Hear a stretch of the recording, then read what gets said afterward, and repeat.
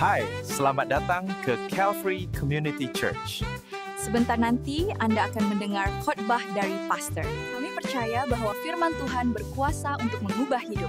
Bukalah hatimu untuk menerima kasih dan kebenarannya. Puji syukur kepada Tuhan, pagi ini kita masuk di Jumat pertama dari bulan Juli tahun 2025. Tuhan sudah pimpin kita melewati pertengahan tahun ini, kita sudah masuk di fase akhir daripada tahun 2025. Kita sudah melewati pertengahan tahun. Puji Tuhan saudara, kemarin ada hamba Tuhan berkunjung ke tempat ini, melihat gereja ini, katanya dari kata orang, gereja ini desainnya cukup menarik. Saudara, saya percaya bukan karena luar, tetapi kita rindu ada persekutuan roh di tempat ini yang membuat gereja ini lebih menarik. Amin saudara.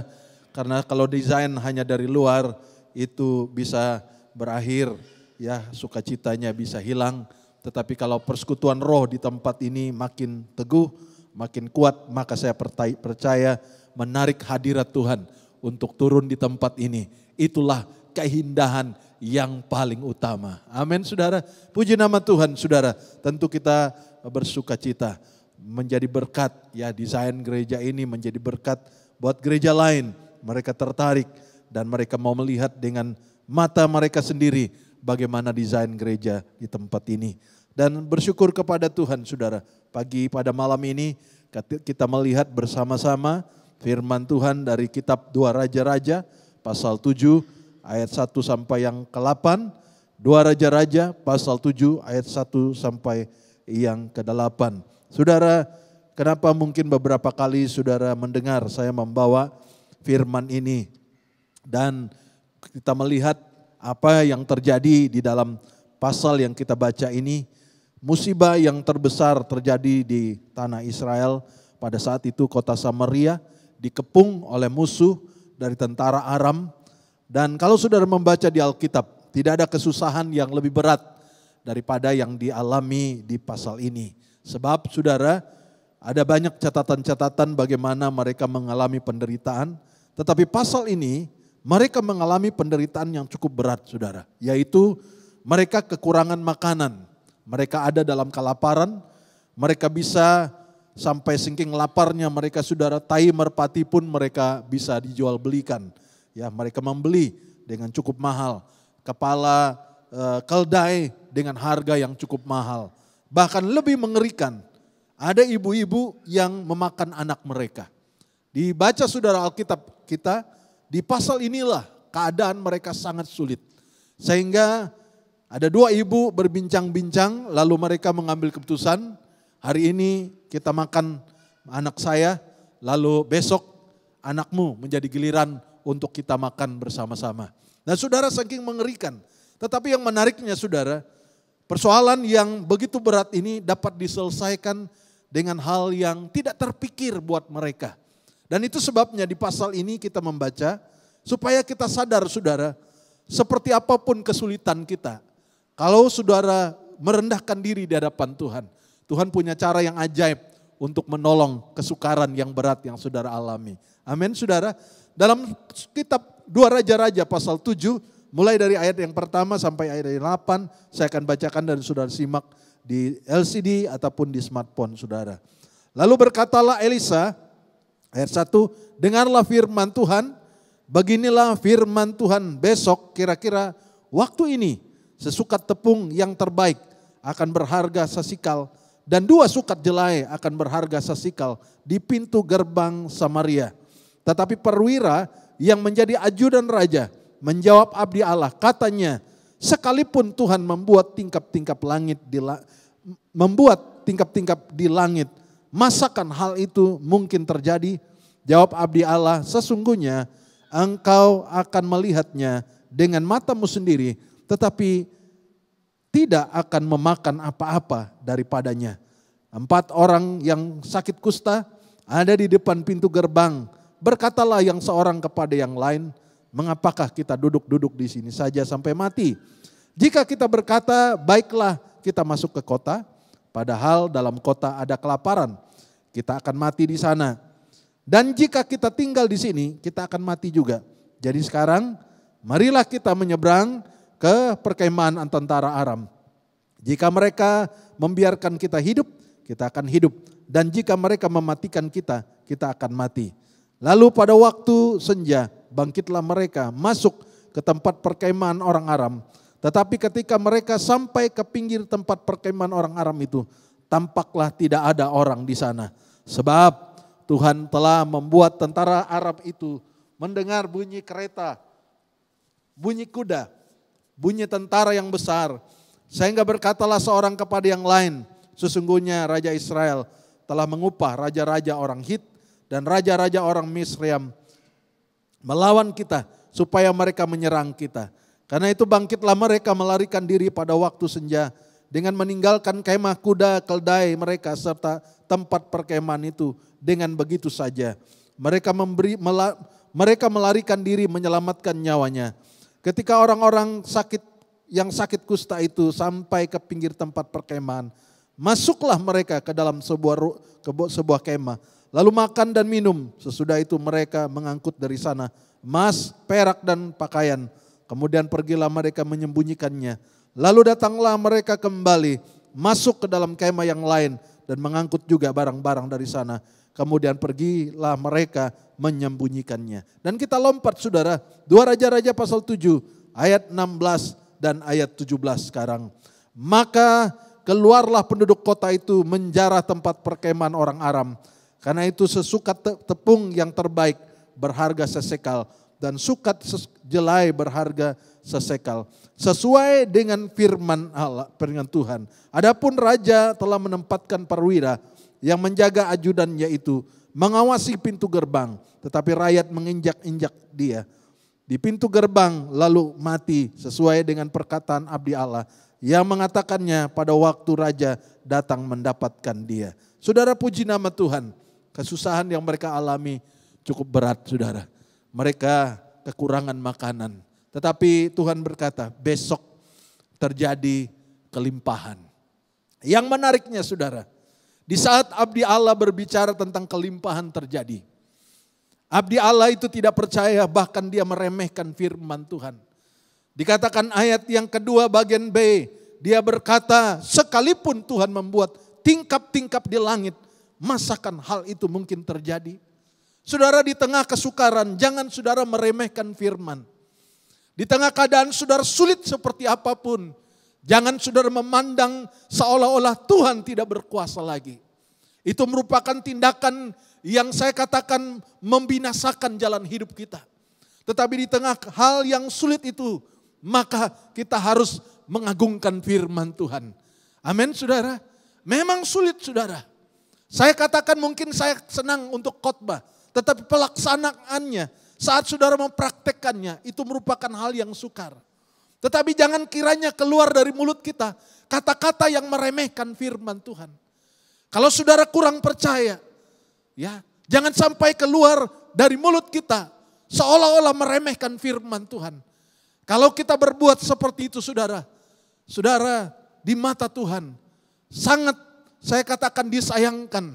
Yang tadinya saudara harus menikmati, harusnya saudara menguatkan diri. Saat persoalan yang berat datang, saudara harus memberikan motivasi kepada diri untuk berkata, sekalipun sukar untuk percaya, tetapi saya sangat yakin firman Tuhan satu titik pun tidak pernah batal. Amin saudara. Memang kalau dalam keadaan senang, dalam keadaan kelimpahan mungkin begitu mudah untuk kita mengatakannya, tetapi di saat kesukaran melanda, saya katakan itu merupakan saat yang tersulit untuk kita mengklaim janji Tuhan. Tetapi saya katakan inilah masanya, di saat kesulitan yang berat seperti itu, itulah masanya saudara sungguh-sungguh berharap hanya kepada firman Tuhan. Amin saudara. Saat keadaan mungkin senang, saat keadaan mungkin semuanya normal, kelimpahan, mungkin kita katakan yes, ini hal yang baik ya. Tetapi saat kesukaran melanda saudara, saat kesulitan yang terberat terjadi dalam hidup kita, maka saya katakan itulah awal di mana kita mau menentukan percaya atau tidak tentang firman Tuhan. Pada malam hari ini saudara, di saat kesukaran melanda, di saat itulah imanmu diuji. Saat itulah engkau kualitasmu akan muncul. Kualitas terbaik atau kualitas yang buruk saudara.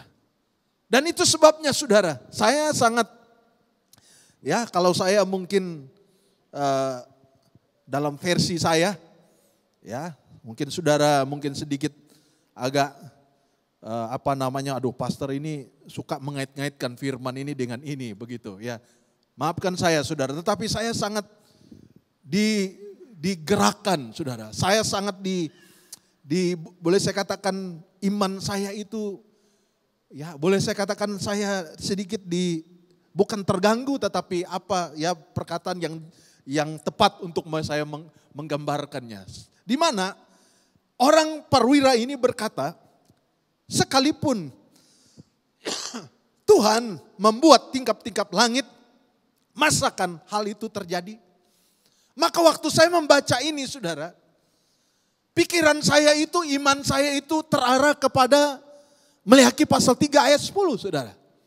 Karena firman Tuhan berkata, kalau engkau membawa perpuluhanmu ke rumah Tuhan, maka Tuhan akan membukakan tingkap-tingkap langit dan mencurahkannya sampai kelimpahan.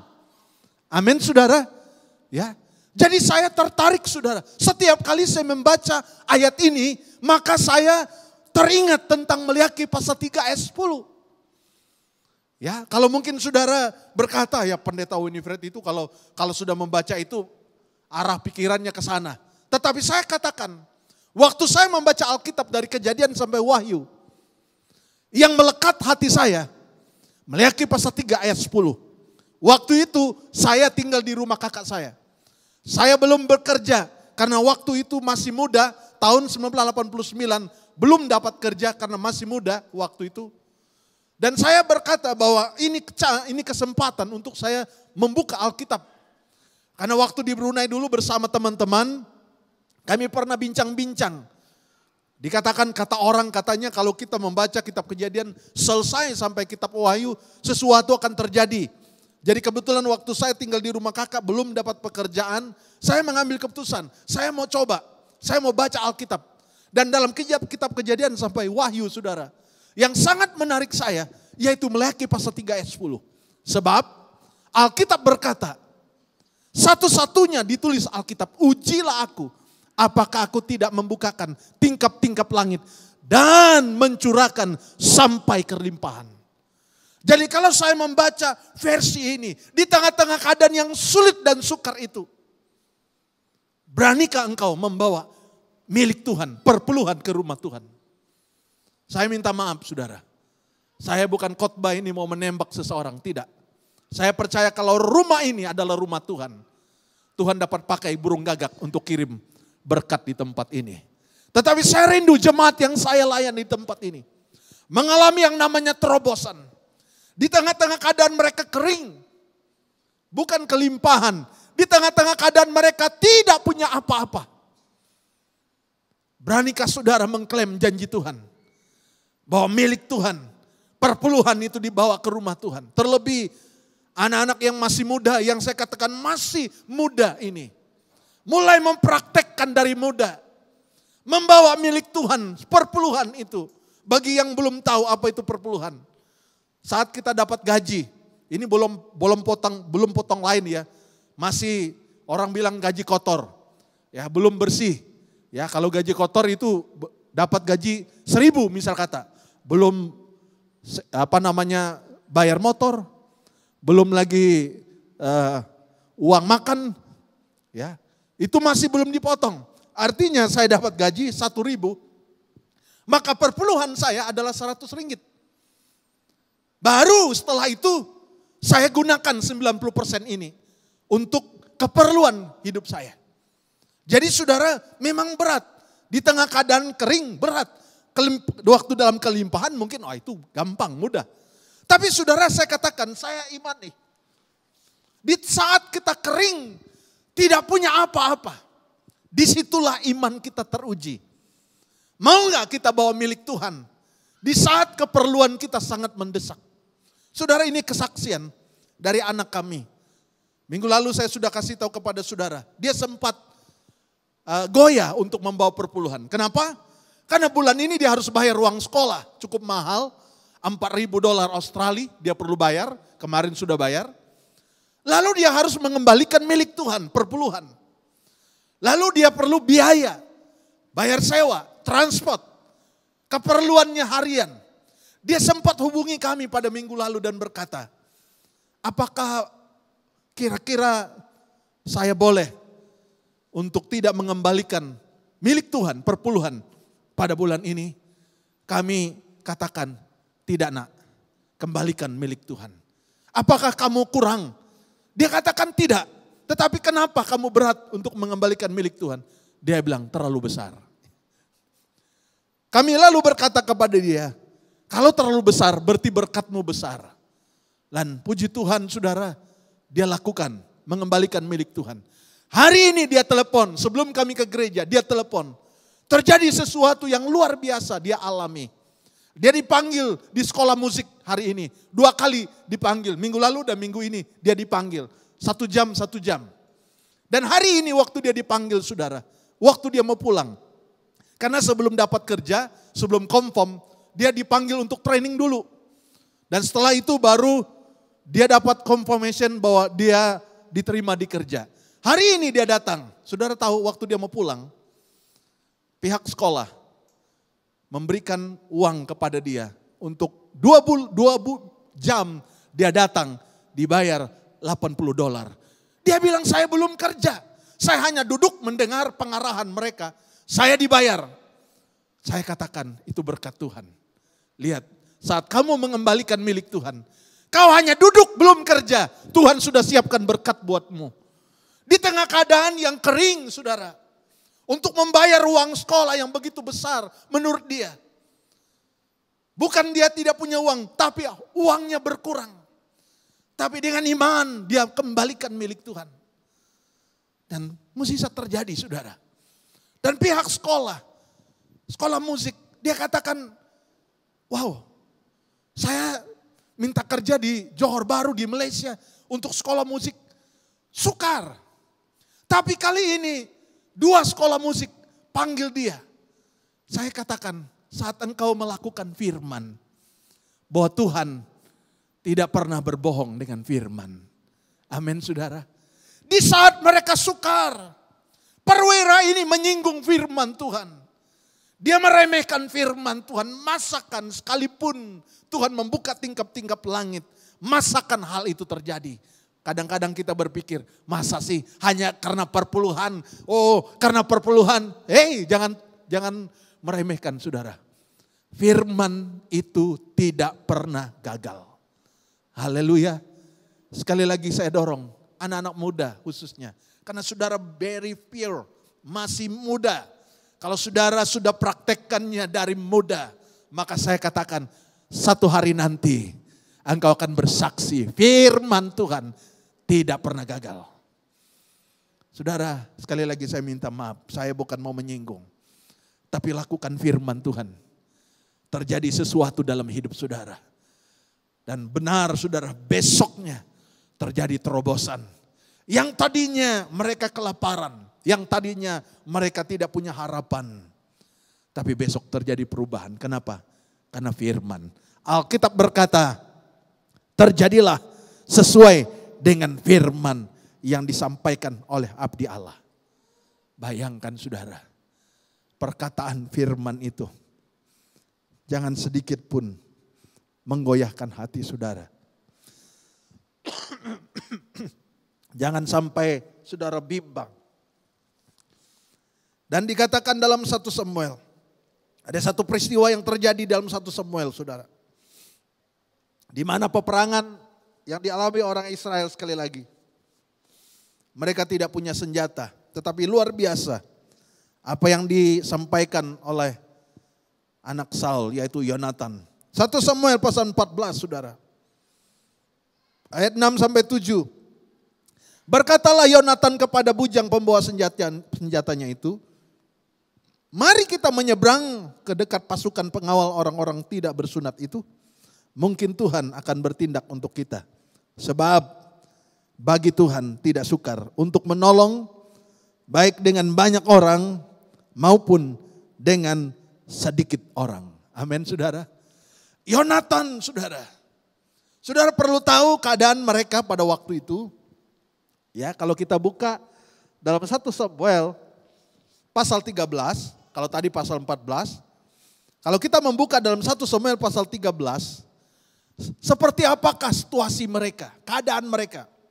Dikatakan dalam 1 Samuel pasal 13 ayat 19 sampai 22 katakan, seorang tukang besi tidak terdapat di seluruh negeri Israel. Sebab orang Filistin berkata, jangan-jangan orang Ibrani membuat pedang atau tombak. Jadi semua orang Israel harus pergi kepada orang Filistin untuk mengasah mata bajaknya, beliungnya, kapaknya atau aritnya masing-masing. Adapun bayaran ialah 2/3 sekal untuk mata bajak dan beliung, dan 1/3 sekal untuk mengasah kapak dan untuk memasang kusa. Ayat 20 perhatikan. Sehingga pada hari pertempuran itu, sebilah pedang atau lembing pun tidak terdapat pada seluruh rakyat yang ada bersama Saul dan Yonatan. Tetapi Saul dan Yonatan anaknya itu masih mempunyainya.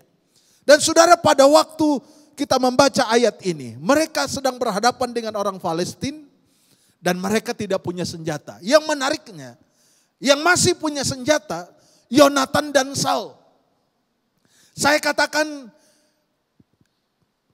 pedang ini, senjata ini berbicara tentang firman. Orang Israel sudah tidak punya pedang. Tetapi yang masih punya pedang hanya Yonatan dan Saul. Dan kalau kita baca pasal 14 tadi saudara, dalam 1 Samuel pasal 14, Yonatan dan bujangnya, pembantunya bersama-sama pergi ke tentara orang Palestina. Dengan hanya satu pedang. Saya katakan kalau saya kaitkan dengan khotbah yang awal tadi.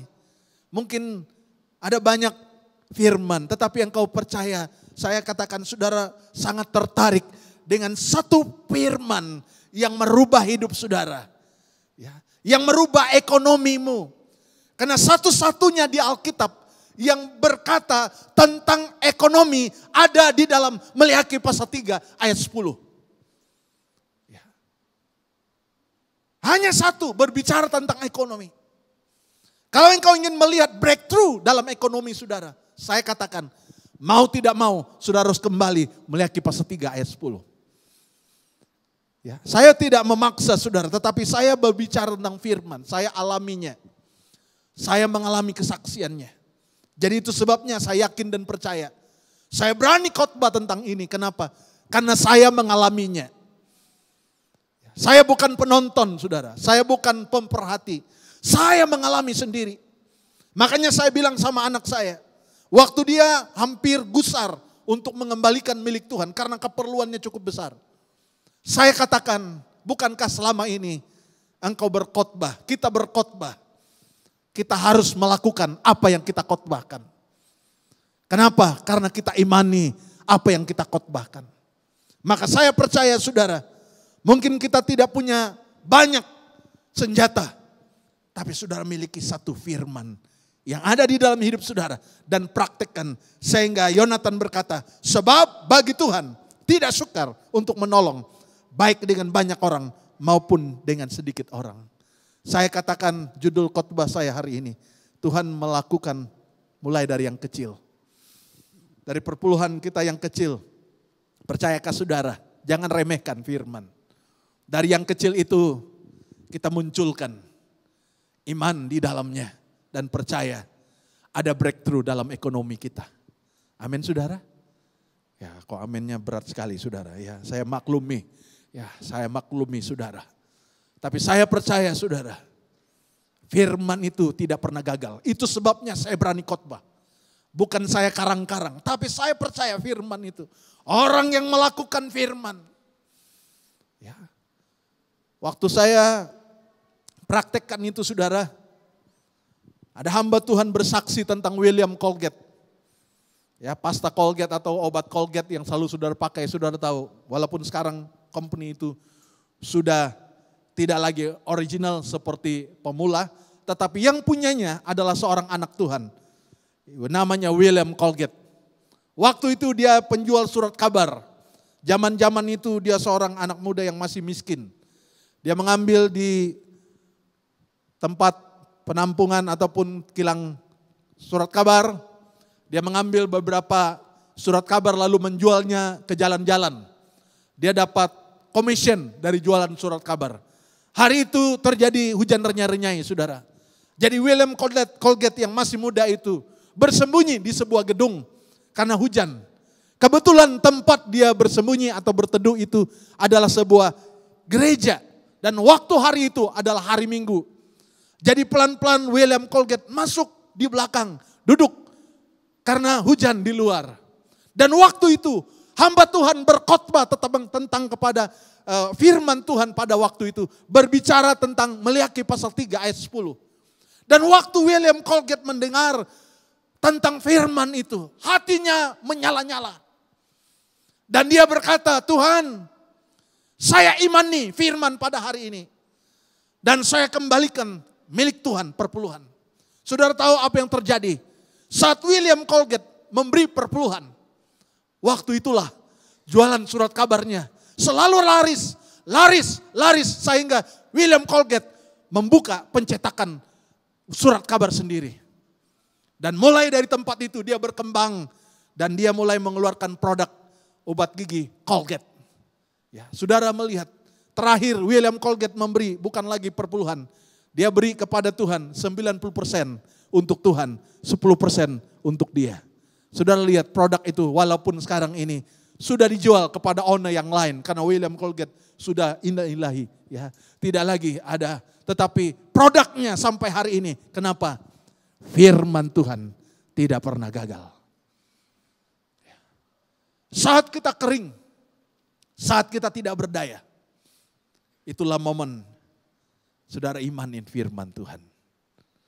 Kalau sedang kelimpahan, saudara berbicara perpuluhan, itu hal ringan. Tetapi saat di dalam keadaan kekeringan, dalam keadaan keperluan yang mendesak, kita hanya berkata, Tuhan tahu kok. Jadi, ya, nanti hari barulah. Ya, dia udah senangilah. Ya, kami udah kaya raya. Ya, kami udah hidup lantang. Wah, saudara, banyak hal kita mulai tawar menawar dengan Tuhan. Nanti anak saya sudah selesai sekolah. Nantilah kalau anak saya jadi dokter. Nantilah kalau anak saya jadi menteri. Nantilah, akhirnya nanti punya nanti, saudara. Tidak pernah terjadi. Ya. Tapi saat saudara katakan, Tuhan, this a moment. Inilah saatnya. Waktu saya membaca Alkitab itu. Dan saya katakan, Tuhan terima kasih. Inilah firman yang saya imani. Beberapa bulan setelah itu saya dapat kerja kilang kotak di Tampoy, saudara. Ya, kalau saudara dari Angsana sebelah, kalau saudara dari JB dari Angsana sebelah kanan, lepas dari Angsana ada kuil India, nah belakang situ ada kilang kotak dulu. The long time ago. Saya kerja di sana di kilang kotak. Gaji pertama saya tidak pernah lupa, 25 ringgit saya kembalikan milik Tuhan. Saya katakan, terima kasih Tuhan. Inilah gaji pertama yang saya terima sejak saya mendengar firman Tuhan. Dan hari itu merupakan momen yang pertama saya berani mengembalikan milik Tuhan sampai hari ini. Saya sekali lagi katakan, kalau saya bisa menyekolahkan anak kami, yang satu bisa sekolah ke Amerika, yang satu bisa sekolah ke Australia hari ini, saya katakan karena firman Tuhan yang kami lakukan. Tidak pernah gagal. Karena Alkitab berkata, ujilah apakah aku tidak membukakan bagimu tingkap-tingkap langit dan mencurahkan sampai berkelimpahan. Buat Tuhan tidak ada yang mustahil. Saat kita lakukan firman Tuhan, saat kita bertindak dengan iman, detik itulah Tuhan sedang bekerja. Amin. Ya. Seringkali kita pakai logika kita, saudara. Oh, saat kita berpikir, mana mungkin Tuhan. Kami lagi keperluan sama dengan anak kami tadinya. Ya, Abangnya tegur dia, kamu gak usah tanya, kau tahu apa jawabannya. Ya. Tapi saudara, ya namanya ada keraguan, masih bertanya. Ya mungkin dia berharap kami dapat jawaban. Ya gak apa-apalah nak, bulan ini kan keperluanmu banyak. Lain bulan lah. Ya, tetapi kami tidak berkata demikian. Kembalikan apa yang menjadi milik Tuhan. Dan lihatlah pembelaan Tuhan bagimu. Saudara, sampai hari ini saya katakan, bagi Tuhan tidak ada yang sukar. Baik dengan banyak ataupun dengan sedikit. Haleluya. Apa gunanya kalau banyak tidak ada Tuhan di sana. Tetapi luar biasa, alangkah baiknya. Kita banyak ataupun sedikit, ada Tuhan bersama dengan kita. Maka perkara itu tidaklah sukar. Haleluya. Amin. Ya, saudara mungkin sering mendengar khotbah saya tentang mengembalikan milik Tuhan. Dan saking banyaknya orang mendengar saya khotbah tentang ini. Sampai saya diundang di sebuah gereja. Khusus khotbah tentang perpuluhan. Saya dalam hati bertanya, kenapa ini gembala tidak berani berbicara khotbah tentang milik Tuhan. Ya, saya pernah diundang di Sarawak, saudara. Karena mereka dengar khotbah saya diundang ke Sarawak. Dan diberitahukan temanya Meleakhi pasal 3 ayat 10. Gembalanya tidak berani mengkhotbahkan itu, takut dipindahkan ke daerah lain. Ya, dia panggil saya jadi jadi pengkhotbah. Ya, kalau nanti jemaat marah-marah ya yang saya yang kena, gembalanya tidak. Tapi puji Tuhan, saat saya khotbah itu ada jemaat yang hubungi saya dari jemaat di sana. Hubungi saya, Pak Pendeta, boleh enggak kita ketemu di kedai Kolomi? Oh, siap, ketemu. Lalu dia berkata, ini ada berkat buat Pak Pendeta. Saudara tahu berkat yang saya terima lebih besar dari apa yang diberi oleh gereja. Yang jemaat itu kasih, dia tidak bilang perpuluhan, tapi dia berkata, ini berkat ucapan syukur. Saya beri untuk gembala karena saya diberkati. Saya bilang bukan perpuluhan ya, bukan. Ini bukan perpuluhan. Saya bilang kalau perpuluhan saya tidak terima.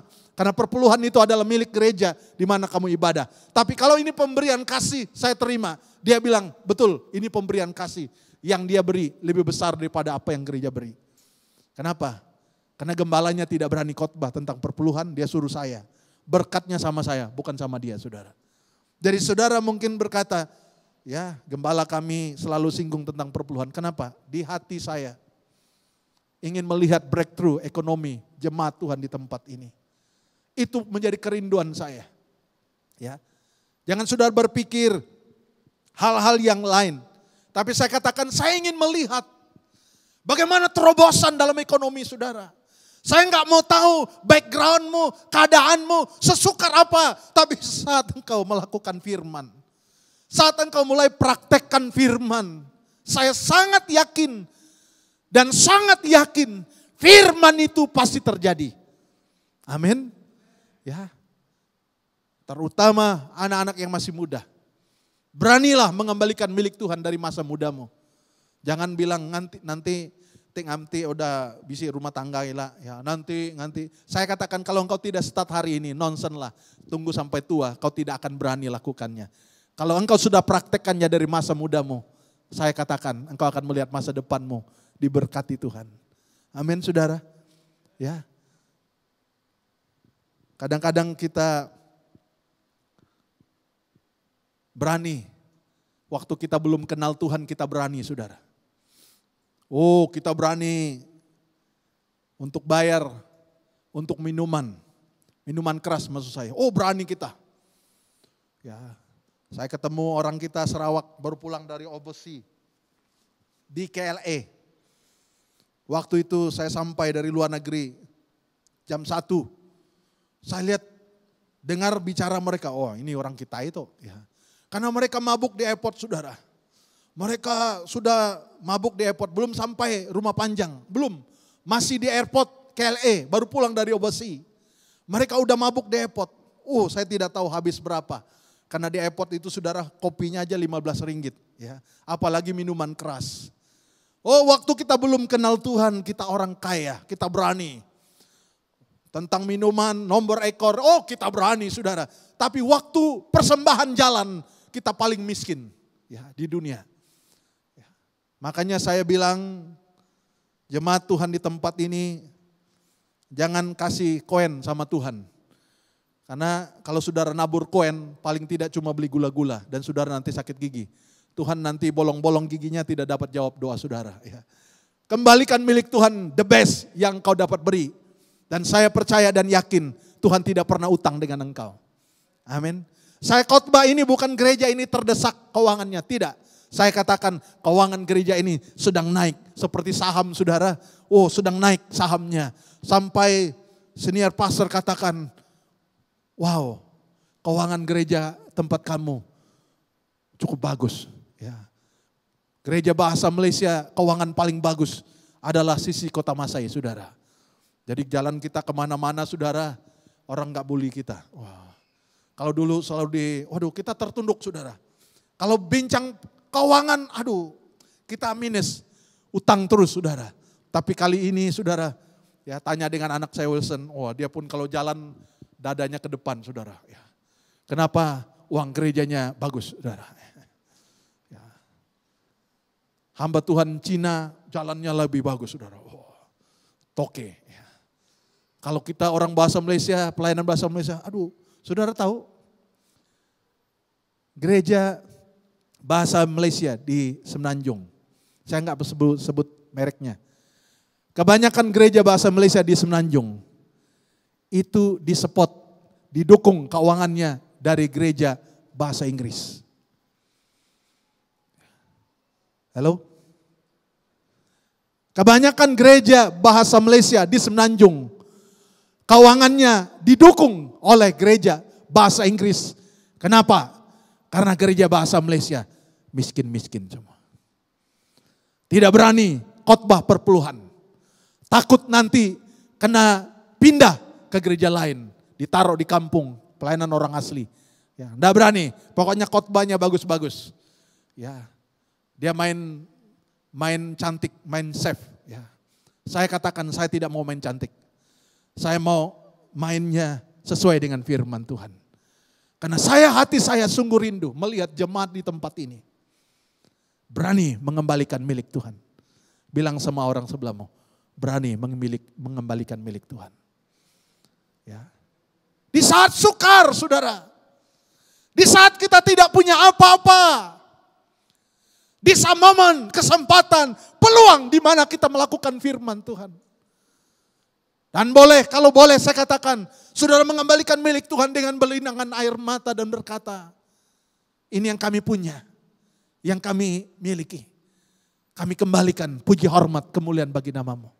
Saya percaya Tuhan tidak pernah utang dengan kita. Karena firman Tuhan itu ajaib.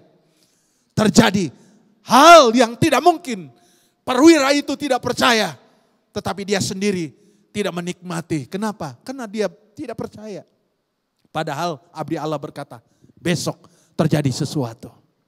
Besok ada breakthrough. Dia tidak percaya, dia meremehkan. Kan tidak alami saudara. Tapi saya katakan, kami alami. Kenapa? Saya tidak bilang saya hebat. Tapi kami belajar mengembalikan milik Tuhan. Oh luar biasa saudara, kalau saudara tanya dengan saya pengalaman. Tidak langsung saudara diberkati limpah-limpah. Tidak, kadang-kadang cara Tuhan memberkati itu sangat dahsyat. Walaupun secara finansial kita tidak melihatnya, tetapi Tuhan punya cara yang lain untuk memberkati kita.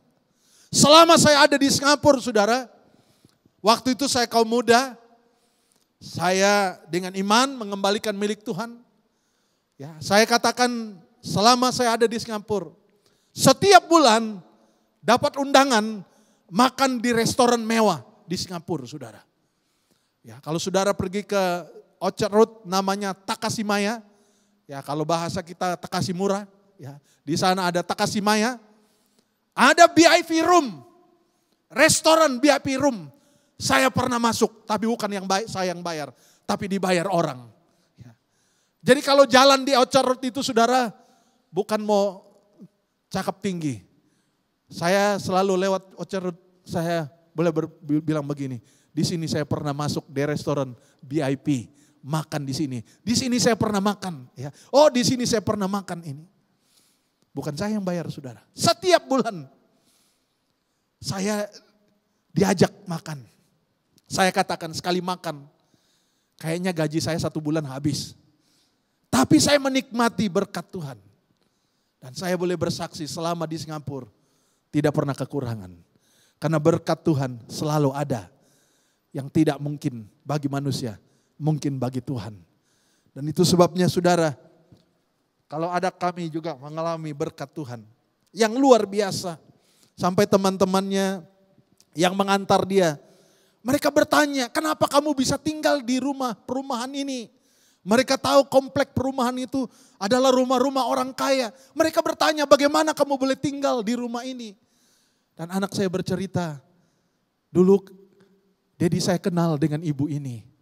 Kami pernah singgah di rumah ibu ini. Saudara, dari mana itu bisa jadi? Itu semua karena berkat Tuhan. Secara finansial kami nggak punya kekayaan yang banyak. Tetapi Tuhan kirim, ada ibu, ada satu keluarga yang bisa menampung anak kami. Tinggal di rumahnya, dianggap seperti anaknya sendiri. Setiap hari dimasak. Sampai anak saya katakan, ibu itu kalau masak dia katakan, habis ya, jangan biar tidak habis. Habis, dia selalu masak dan masakannya enak-enak. Secara hitung-hitungan ekonomi saudara. Dari mana kami bisa sponsor, anak kami bisa sekolah di sana? Tidak mungkin. Tetapi Tuhan punya cara untuk memberkati kami. Bisa mengantar anak kami di tempat itu, tinggal di tempat itu. Karena berkat Tuhan tidak pernah kekurangan. Amin saudara. Dan saudara melihat, mungkin secara ekonomi kita nggak punya yang banyak. Kita punya sedikit. Tetapi yang sedikit itu dengan iman, percayalah ada terobosan yang akan terjadi di masa depan kita. Ayat terakhir saudara, Matius pasal 9. Matius pasal 9 ayat 28 sampai 29. Dikatakan di sana, Matius pasal 9 ayat 28 sampai 29. Setelah Yesus masuk ke dalam sebuah rumah, datanglah kedua orang buta itu kepadanya. Dan Yesus berkata kepada mereka, percayakah kamu bahwa aku dapat melakukannya? Mereka menjawab, ya Tuhan, kami percaya. Lalu Yesus menjamah mata mereka sambil berkata, jadilah kepadamu menurut imanmu. Saudara, saya katakan, percayakah engkau firman Tuhan saat engkau mengembalikan milik Tuhan? Percayakah engkau sesuai dengan janji Tuhan, dia membukakan tingkap-tingkap langit dan mencurahkan sampai berkelimpahan? Percayakah engkau tentang itu? Kalau engkau berkata seperti mereka, ya Tuhan kami percaya. Saya katakan momen itulah breakthrough terjadi di dalam hidupmu. Saat saya ada di Taman Tunamina waktu itu, 89 mungkin 90, ya karena 89 bulan 7 saya sampai. Lalu kakak saya dari jalan Lumba Kuda, rumah di sana, pindah ke Tunamina. Setelah berapa bulan tinggal di sana. Disitulah saya belajar untuk menekuni membaca firman Tuhan. Dan waktu tiba dalam kejadian, di Meliaki pasal 3, ayat 3 sampai 10. Hati saya bergejolak saudara. Saya katakan wow, firman ini dahsyat. Saya katakan saya mau lakukannya.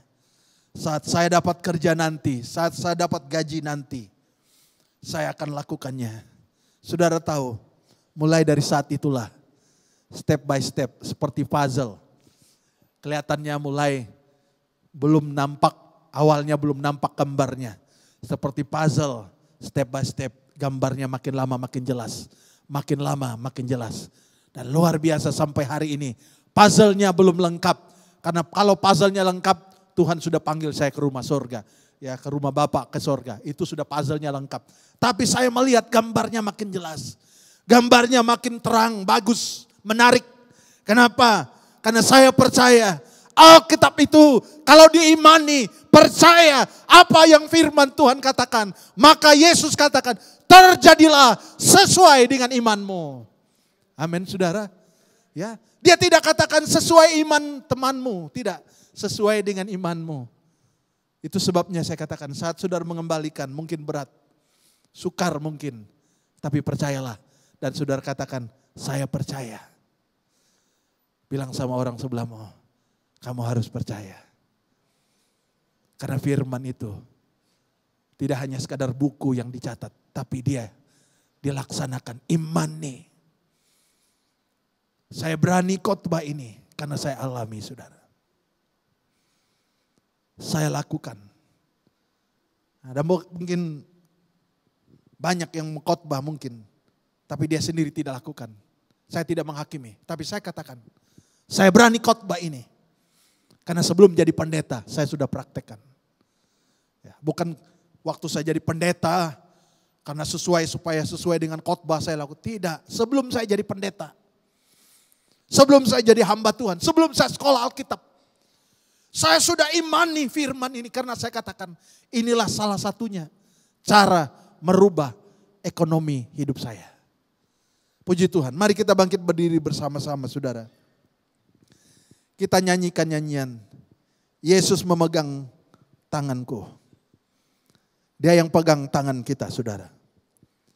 Kesukaran seperti apapun, kita percaya Yesus yang pegang tangan kita.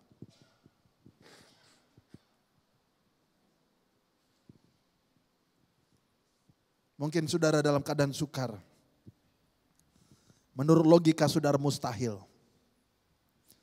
Tapi saudara percaya firman Tuhan. Dia yang berjanji, dia pasti genapi. Ku tidak takut, sebab kau besertaku. Terima kasih sudah mendengar firman Tuhan hari ini. Kami berharap firman Tuhan yang disampaikan memberkati dan menguatkan hidup Anda.